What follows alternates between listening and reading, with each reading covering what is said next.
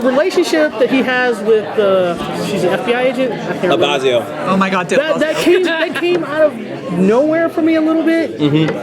How did you feel about it playing the character? Was it really easy to slide into that, or did you have to struggle with it? I feel like the audience did a little bit. No, for me personally, I loved it. You know, it was an opportunity to kind of venture away from the procedural side of things for a bit. You know, I think that's my first non-procedural dialogue that had nothing to do with the case. So for me, I was like, hey guys, I can talk about other stuff outside of work. I can do this. You know? So I didn't care how it happened. I was like, does it make sense? I don't know, but you know, but it makes sense for me in terms of having to do something, having to do something different and new. So for me, it was awesome. And Jessica Harmon, who plays Dale, it was just, you know, it's just great to work with. You know, I mean, she's so available and open and just a fun person. So it was, yeah. So I enjoyed it. It was great.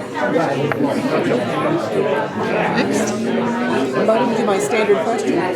What would you really like to see happen to your character? Like, if you had control over the direction of your character, what would you love to see happen? You know what? This is, you know, with this show, with so many things happen, and also, obviously, I know what happens, and I think their answer to what happens with my character is better than any answer I can give. But obviously, getting closer to the truth. You know, getting closer to.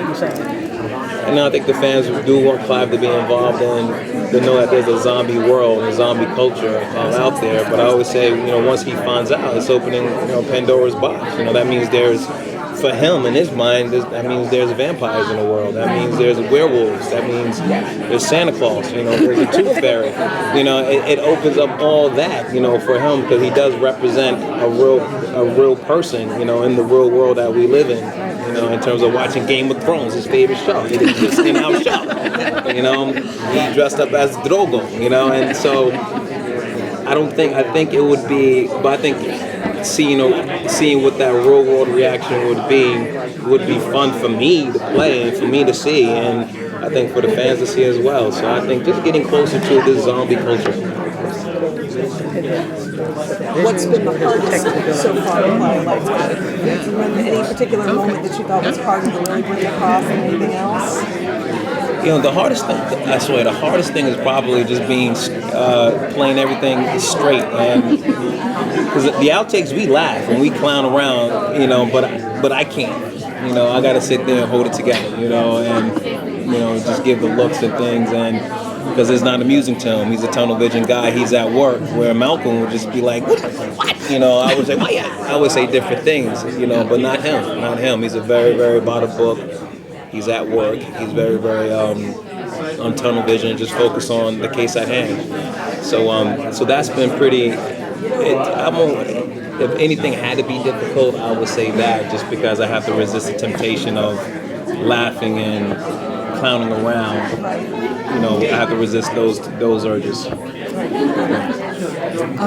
Now, Babineau, great detective, does his job, yeah. But he kind of has an edge on things now that he's got Liv in her visions, as it were. Yeah. So how does that make him feel, really? I mean, if you think about it, to know that he's got that kind of as a crutch, because he's got to be a great detective anyway, right? Yeah. Well, you know, I mean, he does believe in psychics. You know, he's okay. There was in a pilot episode, the scene was cut, but he did talk about his great aunt Debbie. I think it was Debbie. We tried it so long ago, but his great aunt was a psychic. He talks about how he goes and talks to her and gets advice from her. And so they kind of gave a story of why he believes and believes that she's a psychic. But obviously, there's been results. You know, the proof is in the pudding. You know, it's like if you don't think she's a psychic, I've solved 20 cases because of her help.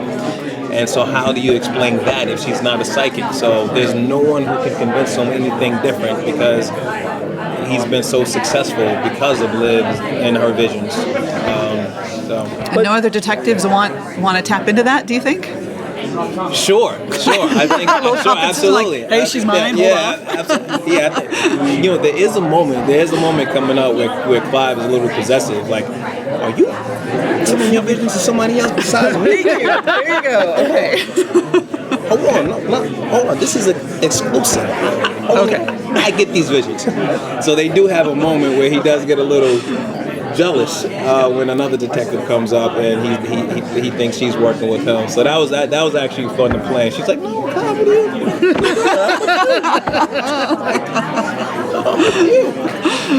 I was going to ask if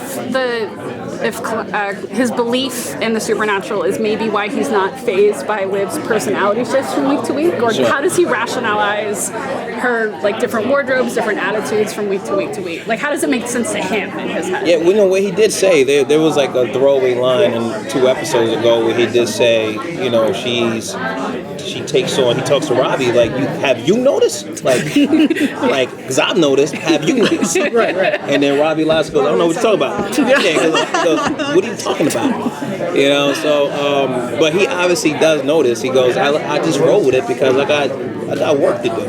So it's not this big phenomenon, this big thing that he needs to have a big conversation about because he's just a result-oriented person and is just getting the results. Although there was one episode that was tricky to play was when she actually took on, it was episode 3 of the season where she took on that wardrobe, like dressing all sexy. Yeah. I'm like, she looks like the victims, she looks like the witnesses of the people that were bringing into interrogate. And I feel like I'm not going to say nothing.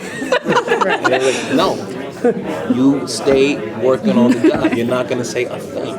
And I'm like, okay. Those are the funniest moments, though. Honestly, when we see after she's had the brains and she's starting to take that personality on, we're like, okay, what's bothering her? What's his take on this one? And you're just like, yeah, okay then. So, Yeah, exactly. He just got. I'm gonna let this roll. I'm gonna just roll with it. You're like, Okay, let's move on. So he always has let's take a minute. yeah. Let's keep it going.